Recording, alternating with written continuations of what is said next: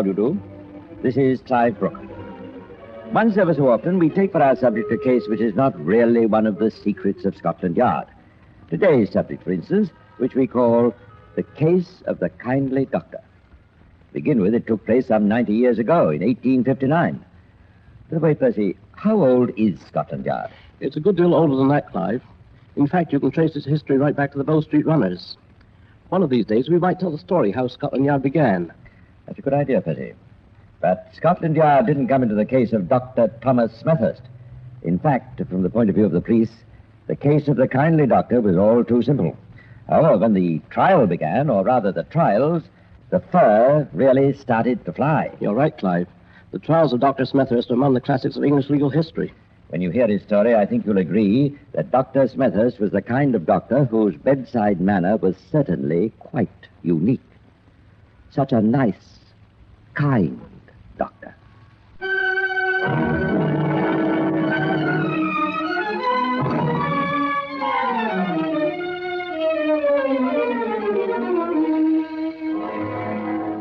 The Central Criminal Court, the Old Bailey, London, Thursday, the 7th of July, 1859. Dr. Thomas Smethurst is charged with the willful murder of Isabella Banks. Mr. Sergeant Valentine makes the opening speech for the Crown.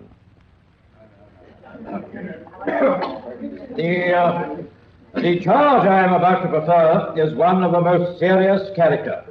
The allegation is that the accused at the bar took away the life of a fellow creature by poison. The accused is a man of information and learning, and he availed himself of the knowledge he possesses and made use of a slow and irritant poison, which he administered himself. Probably you will be of opinion, when you have heard the evidence, that every means was taken by him from the beginning to shroud the whole affair in the deepest mystery. When our story begins, the romantic Dr. Smethurst is living with his wife, a woman considerably older than himself, at a very respectable lodging house, number 4, Rifle Terrace, Bayswater. It was while he was living there that Miss Isabella Banks first met the doctor.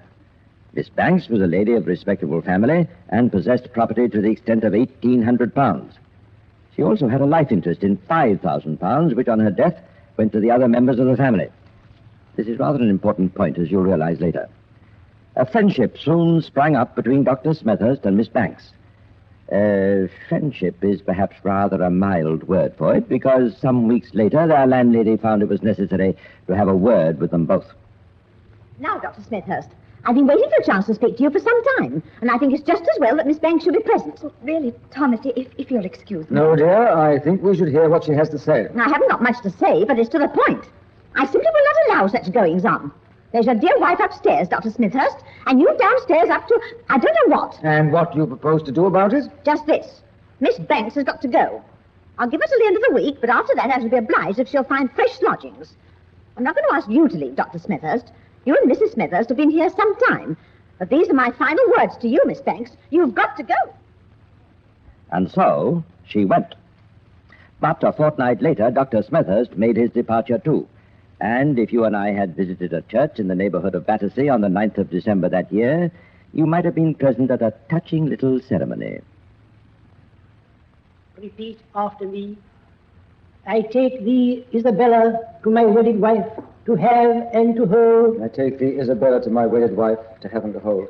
From this day forward, for better, for worse, for richer, for poorer. From this day forward, for better, for worse, for richer, for poorer. In sickness and in health, to love and to cherish. In sickness and in health, to love and to cherish. Till death us do part. Till death do us part. Till death do us part. Well, as matters turned out, Dr. Smethurst had only some 6 months in which to concentrate his loving and cherishing, because by May the 2nd, Isabella Banks was dead. But we're going a little too fast.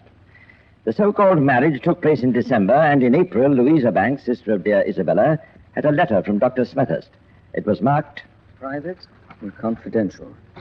Dear Miss Banks, your dear sister wishes me to request the favor of your calling upon her as early as convenient, as she is really very ill and desires to see you. She also wishes me to say that you will greatly oblige by coming alone. Rail from Waterloo Station about every half hour, and Richmond buses from the White Horse Cellar, Piccadilly, about as often.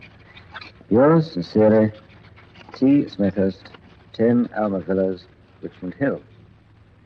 When Sister Louisa arrived, she found Isabella in bed, in a very feeble state. Isabella, my dear, what's the matter? Oh, don't say anything about it.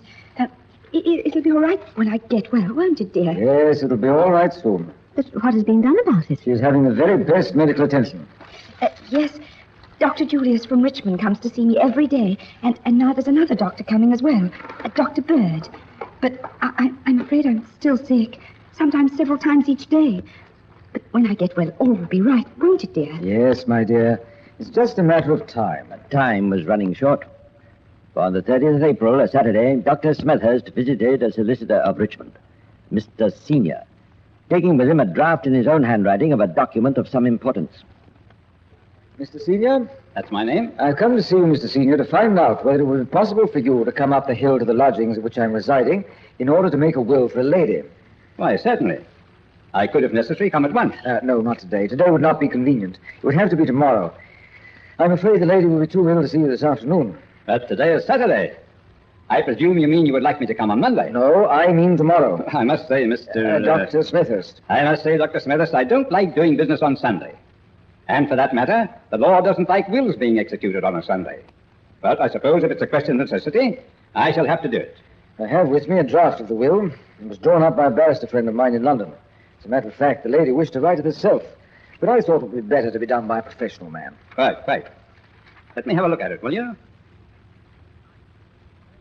This is Mr. Senior, my dear. The gentleman who's come to make your will. Yes, my dear, of course. I have the paper here. Let me give it to Mr. Senior, Isabella, dear. Yes. Thank you. This is the document we drew up on Saturday. It is? It will be necessary to have another witness. I'll ring for the daughter of our landlady. Meantime, perhaps you'll read the will. Would you like to hear it, dear? It's not really necessary. I've read it. Nevertheless, I think you should hear it again. This is the last will and testament of me, Isabel Banks, now residing at number 10 Almar Villas, Richmond, in the county of Surrey, spinster. I give and bequeath to my beloved friend Miss Jenkins of Walthamstow, Essex, my brooch set with brilliants and pearls and containing the hair of my late father. And as to my real and personal property, estate and effects, whatsoever and wheresoever, and of what nature or kind soever the same may be, I give, devise, and bequeath the same unto my sincere and beloved friend Thomas Smethurst, Doctor of Medicine, now also of number 10 Almar Villas, Richmond, aforesaid, for his own use absolutely forever. I hereby appoint the said Thomas Smethurst sole executor of this my will. By this time, Dr. Julius had started to become a trifle suspicious. Miss Banks showed no signs of improvement. She was constantly sick, and the doctor suspected that some irritant poison was being given to her. He mentioned this to his partner, Dr. Bird, and as Miss Banks still did not improve, decided to call in Dr. Todd, a well-known consultant attached to King's College Hospital. He agreed with the diagnosis of poisoning, but no trace of poison could be found. A second examination was made, and arsenic was discovered. Dr. Smethurst was arrested and charged with feloniously administering poison to one Isabella Banks. Your worship, I protest. I've been arrested in my own house and brought before you on this ridiculous charge. Be silent. But this lady is in the gravest condition. I've been forced to leave her at a critical moment. I must ask to be allowed to return to her at once, this evening. And, strangely enough, the magistrate granted Dr. Smethurst's request. He was allowed bail and hastened back to the bedside of Isabella. He was not, however, allowed to interfere in any way with her treatment. On the following morning, she died.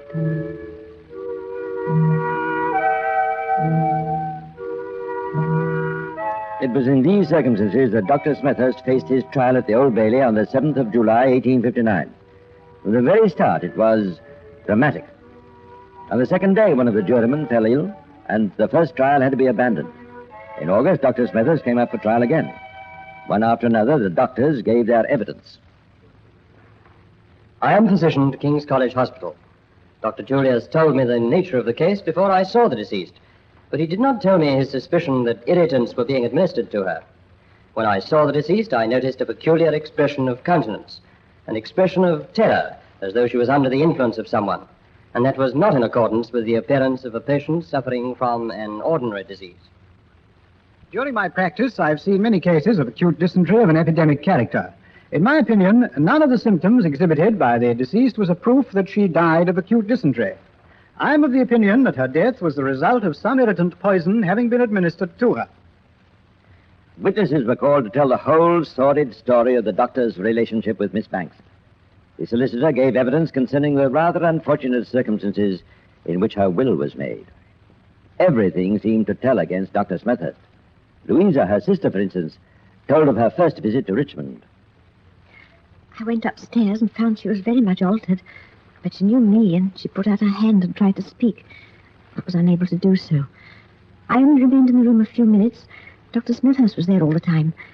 I'd taken some soup with me for my sister, but the accused said it was too strong for her, and he mixed some warm water with a portion of it. Dr. Smethurst then said he'd take it downstairs to cool, and he left the room for about a minute. When he returned, he gave the soup to my sister, and she was very sick.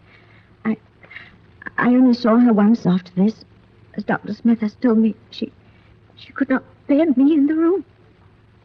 A critical moment at the doctor's trial occurred when Dr. Taylor, the analyst, was giving evidence concerning the first discovery of arsenic.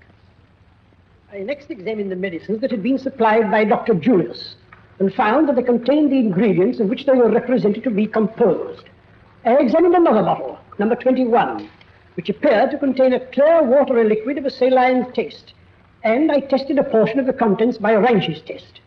And upon first trying the copper, it was entirely consumed. I made a further test, which led me to suppose that there was arsenic present in the solution. Which led you to suppose? Yes. And this was the evidence you gave before the magistrates when Dr. Smethurst was first charged? That is correct. But since then, you have made a further statement. Yes.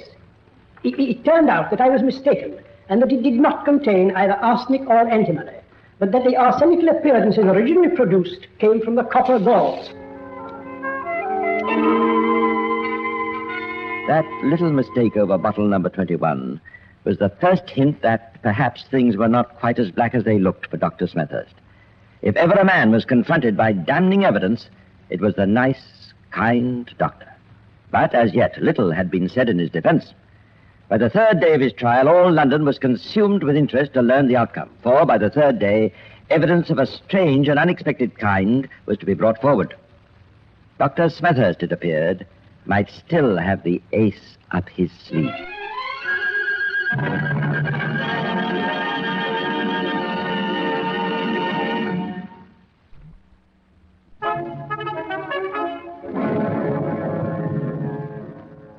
On the third day of the trial of Dr. Thomas Smethurst, counsel for the defense, Mr. Sergeant Parry, rose to make his speech. After having undergone the agony of a double trial and having endured for a long period the accumulation of prejudice that has been cast upon him, the unfortunate gentleman at the bar has at last the opportunity of laying before a jury of his countrymen the defense he has to offer upon this most serious charge. What is the charge against the accused? It is that he inveigled the unhappy lady into his power, and that he basely and cruelly murdered her for the sake of her property. I believe that the will made by the deceased was the entire foundation for this charge, and that no charge would have been made against the accused if this will had not been executed. Supposing, however, that the will was to be taken as evidence of a motive, what was that motive? It was that he had perpetrated this crime to obtain possession of about 1,700 or 1,800 pounds. But he would equally have come into possession of it if the deceased had lived, for it was clear she was deeply attached to him, and that she had handed over to him the dividend that she received in April. While she lived also, she was entitled to a life interest in £5,000, and the accused would have had the benefit of that also. And therefore he had a much stronger motive for her to live than he had to destroy her. Having disputed the motive, The defense now moved on to even more controversial ground, for just as the prosecution had called one medical witness after another, the defense retaliated. I am a doctor of medicine, a licentiate of the College of Physicians, and professor of anatomy at the Grosvenor Place School of Medicine. I have heard the evidence as to the symptoms of the deceased, and in my opinion, they are not reconcilable with a case of slow arsenical poisoning. There was an absence of several symptoms I should expect to find in such a case. I'm a doctor of medicine and a lecturer on practical and experimental chemistry. I've heard the evidence of the symptoms exhibited by the deceased and the appearances presented upon the post-mortem examination. And according to my opinion, all these symptoms are consistent with the deceased having died a natural death. And, in my opinion, she died of dysentery. There was a further complication when the medical witnesses revealed that Miss Banks was expecting a child. One way and another, the doctors managed to contradict each other with alarming frequency. All the circumstances were against Dr. Smethurst, but the medical evidence, on which the case really rested, was not conclusive. Dr. Smethurst could have poisoned Isabella. In fact, it very much looked as though he had. But, and it was a big but, it seemed equally possible that he hadn't. The judge, in his summing up, went very fully into all the evidence given in the case, occupying some 9 hours in his address to the jury. He pointed out to the jury the basis on which they must consider their verdict. Gentlemen, are you agreed upon your verdict? We are. How say you? Is the prisoner guilty or not guilty? It is my painful duty to record him guilty. I swear to God that I'm perfectly innocent. Dr. Smethurst was then called up for judgment. Before being sentenced, he spoke from the dock for over half an hour. His speech contained a number of inconsistencies to which the judge drew attention before saying, I think you must be perfectly aware that if the whole of it were true, it could not interfere with the painful and awful duty I have to discharge. And it remains for me only to pass the sentence of the law, which is that you be taken to the place from whence you came, and from thence to a place of execution, and that there you be hanged by the neck until you be dead, and that your body be afterwards buried in the prison in which you were confined previous to your execution. And may the Lord have mercy on your soul. The execution of the judgment of the court is committed to the sheriff of the county of Surrey, where the offense was committed. I declare Dr. Julius to be my murderer. I am innocent!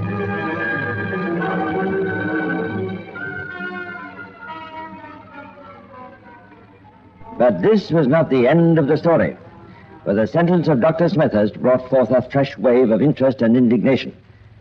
The Times was full of letters from doctors, lawyers, and people from every walk of life, including even a letter from Dr. Smethurst's legal wife, who protested his innocence. There was no doubt about it. Whether you believed the doctor was guilty or innocent, there was quite a lot of evidence to support your story. Too much evidence to make the verdict as clear-cut as a verdict should be in an English court of law. All the letters and all the petitions poured into the office of the Home Secretary, and surrounded by so many conflicting opinions, the Home Secretary decided to rest his case on one opinion. He sent all the evidence and all the documents to a personal friend, and the foremost surgeon of his day, Sir Benjamin Collins Brodie, who, after considering the case, replied, My dear sir, having carefully gone over the papers which were forwarded and relating to the trial of Thomas Smethurst, I send the conclusions at which, using my best judgment, I have been able to arrive. Smethurst's indifferent moral character rendered him a just object of suspicion. 2. There is really no trustworthy evidence of Miss Banks having taken arsenic, and indeed, many of the symptoms which it is well known arsenic produces were absent in Miss Banks's case. 3. Since his conviction, nothing has been found to show that Smethurst had purchased poison at any chemist's, or that he had taken any other means of procuring it. 4. It is rather in Smethurst's favor that although the period of her death was uncertain, the will under which he inherited Miss Banks's property was not made until within a very short time from the fatal termination of her illness.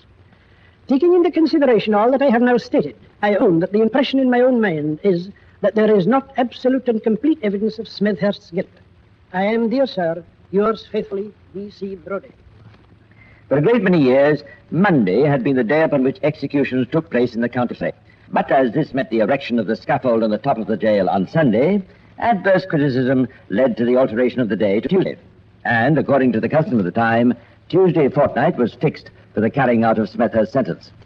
Time went by, and only 48 hours before the appointed day, the Home Secretary received the reply from Sir Benjamin Brodie. The Home Secretary made his decision. After a very careful and anxious consideration of all the facts, I have come to the conclusion there is sufficient doubt of the prisoner's guilt to render it my duty to advise the grant to him of a free pardon, which will be restricted to the particular offence for which he stands convicted. It is my intention to institute a prosecution against him for bigamy. The necessity which I have felt for advising Her Majesty to grant a free pardon in this case has not, as it appears to me, arisen from any defects in the constitution or proceedings of our criminal tribunals. It has arisen from the imperfection of medical science and from the fallibility of judgment in an obscure malady, even of a skillful and experienced medical practitioners. And thus the Home Secretary managed to get himself out of a dilemma by annoying the medical experts on both sides, who were at last unanimous on one point. They deeply resented the Home Secretary's remarks. The law didn't waste any time, and in point of fact, Dr. Smethurst was brought up on a charge of bigamy before his pardon had been confirmed. In the course of his defense, Dr. Smethurst's counsel alluded to this pardon. I am sure the jury will agree with me that the prisoner ought to be now treated upon the footing that he is perfectly innocent of the crime of murder.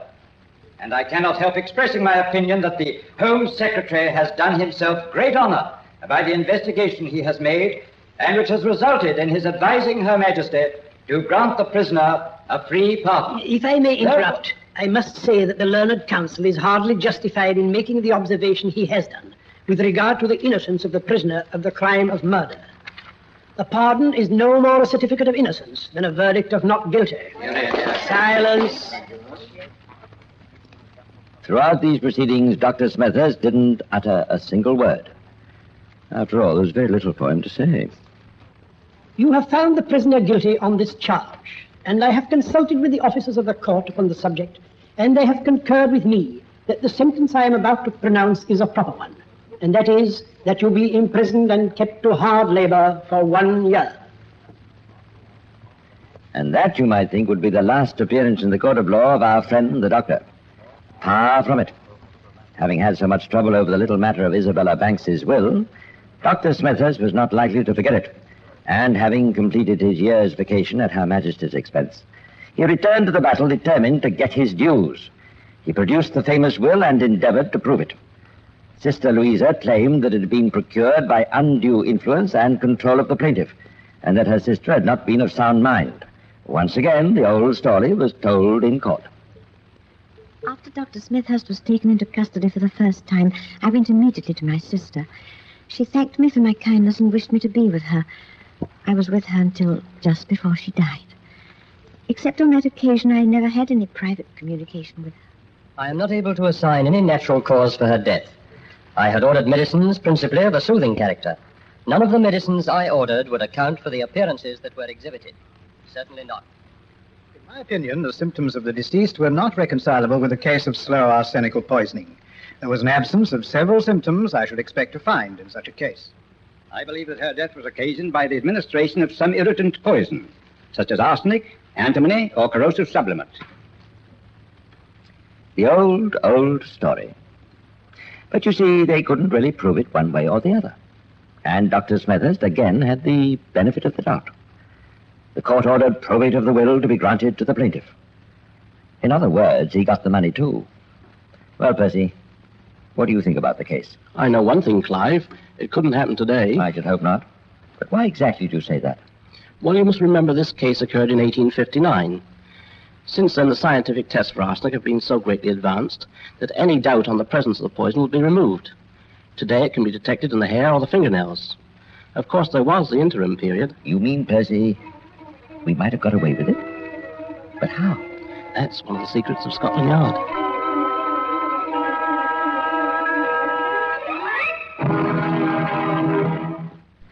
After hearing Percy Hoskins, I think you'll agree that it may be a very good thing, too, that nice, kind Dr. Smethurst lived when he did, nearly 90 years ago. Well, that's all for now, but Percy Hoskins and I will be back again soon to tell you some more of the secrets of Scotland Yard. Meanwhile, this is Clive Brooks saying goodbye and pleasant dreams.